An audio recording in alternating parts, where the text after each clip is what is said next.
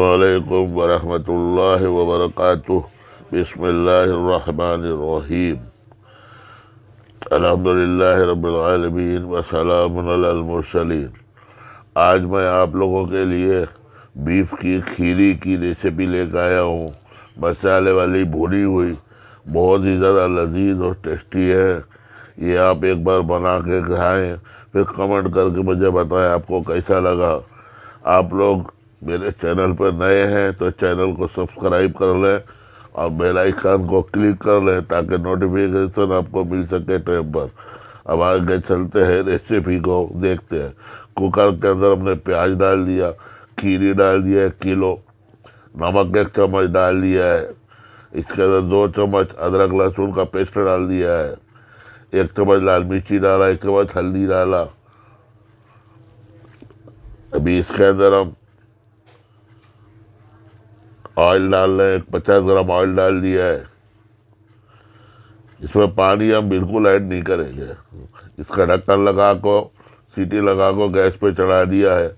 अभी को सीटी आने के बाद एक स्लो आंच पे 15 से 20 मिनट, आधा घंटा राउंड अबाउट उसको गला लेंगे।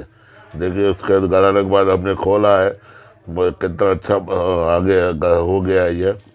अब ये दिख रहा है बहुत शानदार, गला भी बहुत अच्छा है।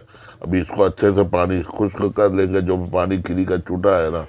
या मसाले को हम अच्छा तेज आंच में अच्छे से भूंज कर तो वो सही कर लेंगे। ये मसाला देखिए भुज गया है।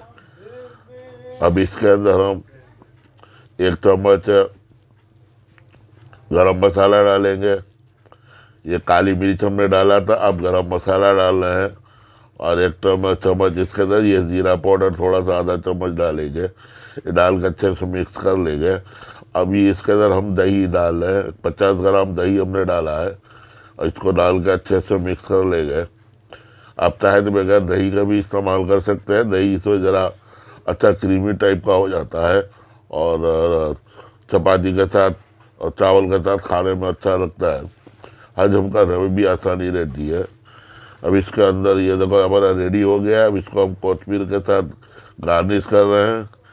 अब इसे हम प्लेट में डिश आउट कर रहे हैं। ये देखिए कितना शानदार है।